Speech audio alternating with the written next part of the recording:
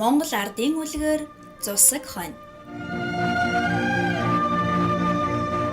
Хизээний язгуур цагт хар халдсан зусаг хонь хамар дээрээ шагаан чинээ шар тос нагаад 100 мөрөгхөөр явж гинэ.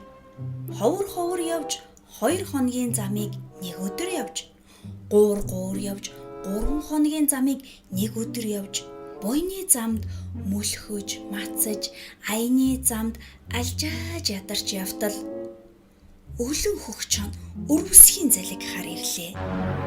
Бэлэн цав, бүлээ манц, хон чамаг идэндээ.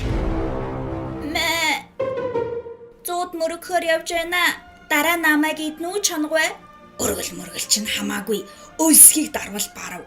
Гигэнд мөргөх чинь хамаагүй. Гид цатгавал боллоо. Далай ламд мөргөн гэж дамшиглаж битгий худлаа хэл. Одоо иднэ. Зусаг хонь сандран худлаа гэвэл хамар дээрх тосыг минь харалта та. Баруун зууд мөргөөд ирэхээр минь байрч идэрээ та. Эргээд ирэхээр чинь ирэх биш байрч иднэ гэд хоцоржээ. Зусаг хонь явж 100 орж гинэ. 100 гэдэг маань их бурхны орон лахас шүү дээ. Далай ламд мөргөж даатгал аврал ирж гин.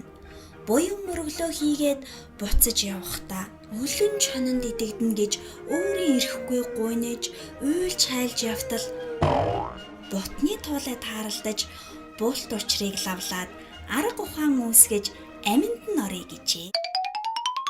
Айлын бууцсан дээрээс эрүүл нэг, эсхий бариул нэг, ирээн бичихтэй цайны цаас нэг, ийм 3 юм олж аваад явж байтал өнөх хоныг идэх өлөн чон замын тосоод давхиж иржээ.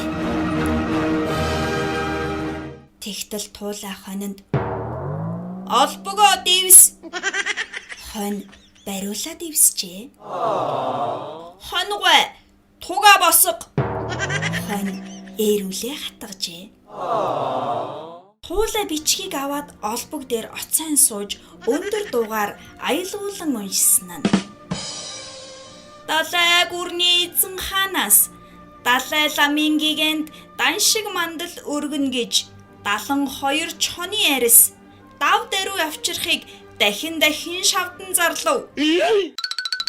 Гэсэн чон баахан айж бэлбэгнэж байхыг туулай мэдэж улам их дуугаар уншив.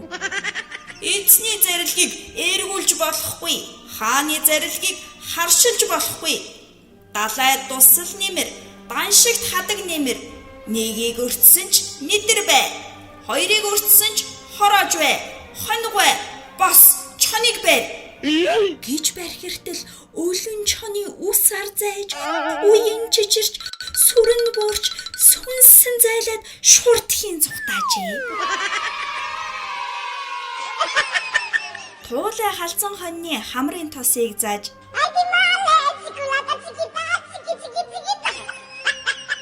далай лам чамайг аварсангүй.